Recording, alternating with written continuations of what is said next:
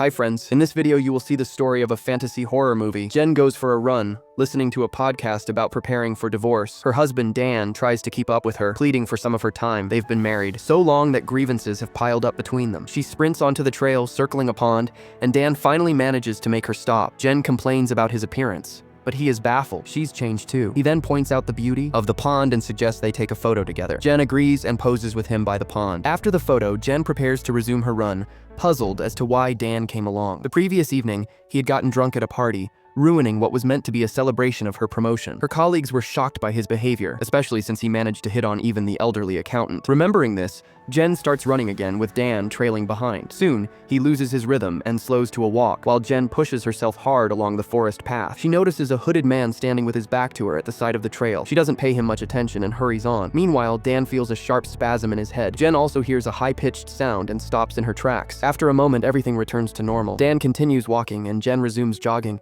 eventually reaching the starting point of their run, but Dan isn't there. She stops and looks around. Dan, meanwhile, is stumbling through the bushes, breaking into a sluggish jog when something collides with him. He complains but finds no one around. When he looks back, bewildered, he scans the area. Jen hears strange noises as well. Dan eventually comes across a barrel on the roadside. The water inside is stagnant and full of trash, with a pair of headphones floating on the surface, headphones just like Jen's. At that moment, Jen appears, insisting she has something strange to show him. Dan runs after her but quickly runs out of breath. He begs her to stop and listen to his apology. He admits she's right. There are many paths they could take in their marriage, but Jen points to a sign marking their starting point and notes that the trail itself is missing. Dan suggests there might have been 2 signs, but Jen doesn't recall another one. She starts running again and Dan tries to keep up, pleading with her to stop because his head hurts. She only speeds up. Eventually, they stop by the sign again. Dan counts that they've gone around the trail 4 times, but Jen insists they've only completed 1 loop, yet the trail is still gone. Dan searches the nearby bushes, but nothing changes. They begin to realize something is very wrong. Every time they circle the pond,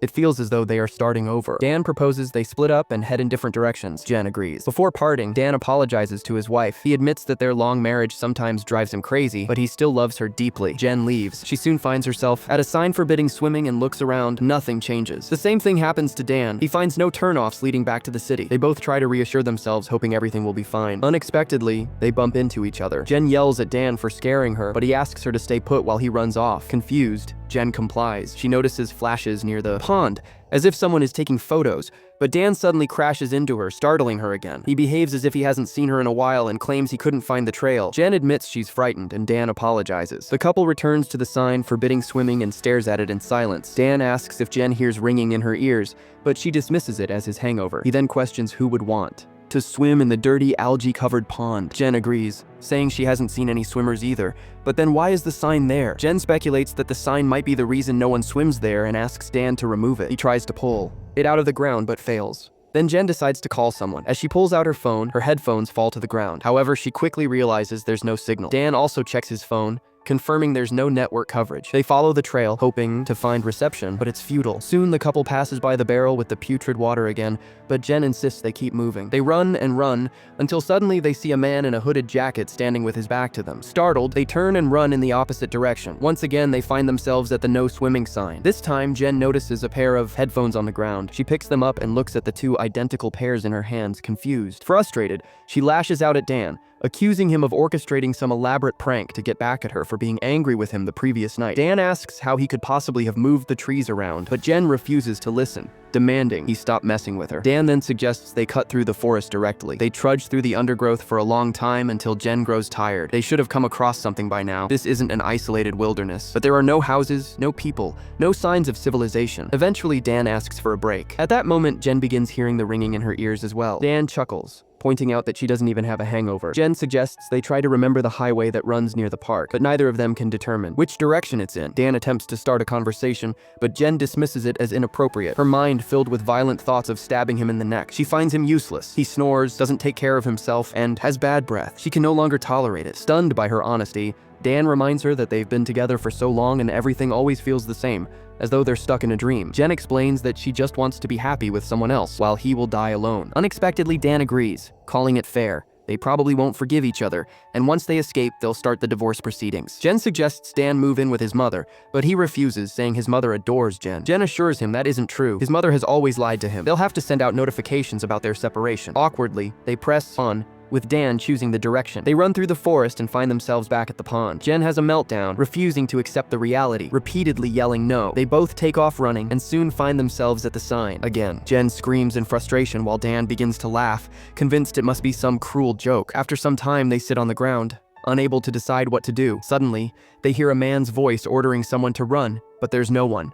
around. Dan tries to make sense of it, while Jen calmly states that someone must be advising them to run. The couple continues along the trail. They see the hooded man again, but this time he runs off into the forest. They give chase and catch up to him, finding him standing with his back to them. Summoning their courage, they approach, bombarding him with questions, but he doesn't respond or turn around. Jen urges Dan to talk to him, but Dan hesitates. He throws a small rock at the man, but the figure doesn't react. Jen then taps him on the shoulder before quickly retreating behind Dan. Suddenly, another hooded figure runs past them, and the first man finally turns around, shouting at them to run. To their shock, the man looks just like Dan. Blinking in disbelief, Dan turns to Jen, only to see another hooded man behind her. Before he can react, the figure brutally stabs Jen with a sharpened stick. Terrified, Dan flees into the forest. He stumbles back onto the trail, seemingly colliding with someone, and hears his own voice angrily complaining about nearly being knocked over. Dan quickens his pace, haunted by flashes of his bloodied, screaming wife. Finally, Dan finds himself back at the pond. He's lost, unable to figure out what to do next. When he suddenly hears a scream from the woods urging him to run, he stumbles upon Jen. He tells her to stay there and runs off, ignoring her shouts after him. Dan retreats to a tree where he vomits. After composing himself, he returns to Jen, unable to understand how she could still be alive.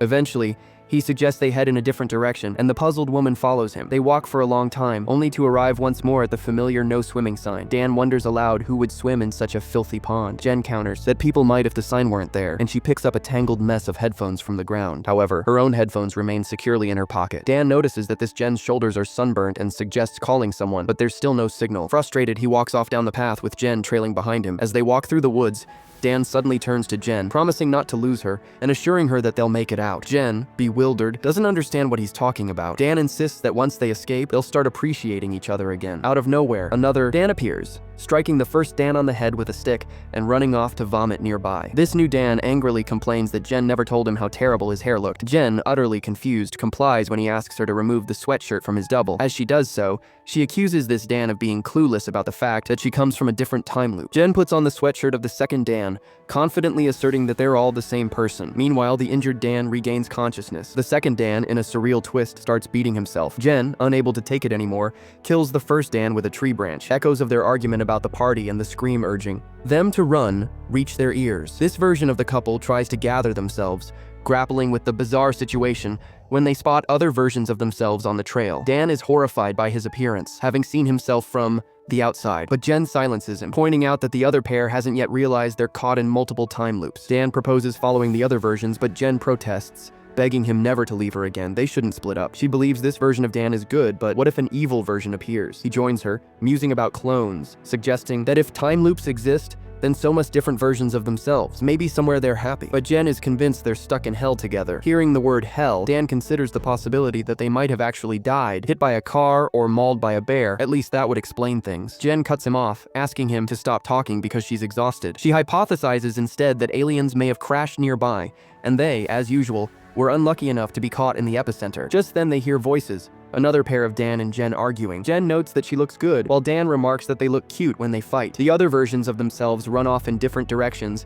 and Jen speculates that this might all be some kind of lesson. If they learn it, they might be able to fix everything. Dan, however, believes only the best versions of themselves will escape. At that moment, yet another Dan emerges, only to be killed in front of them. Unable to bear the sight, the couple leaves. Jen asks Dan to catch some food, but he reminds her that they haven't seen a single animal. They wander the forest for what feels like an eternity until they stumble upon a trail. Jen suddenly wonders aloud what she would do here alone. Dan interprets this as a sign she's reconsidering the divorce. Jen reminds him that she's already killed him once, so he should probably keep quiet. Just then, another scream from the woods demands they run. They keep walking. Suddenly, Jen has a breakdown, panicking at the thought of dying here. Dan tries to comfort her, even as she insults him in despair. She's losing her mind, unable to distinguish good from bad anymore. In an attempt to calm her, Dan kisses her, and they both realize that despite everything, they still love each other. Dan apologizes for all his mistakes, and Jen does the same. Then Jen spots a makeshift tent in the woods. The couple cautiously approaches and finds a tangled mass of headphones and Dan's phone inside, along with the badly decomposed body of one of his versions. They both realize there's no escape. They'll never get out. Faced with this grim truth, they confess their love for one another. At that moment,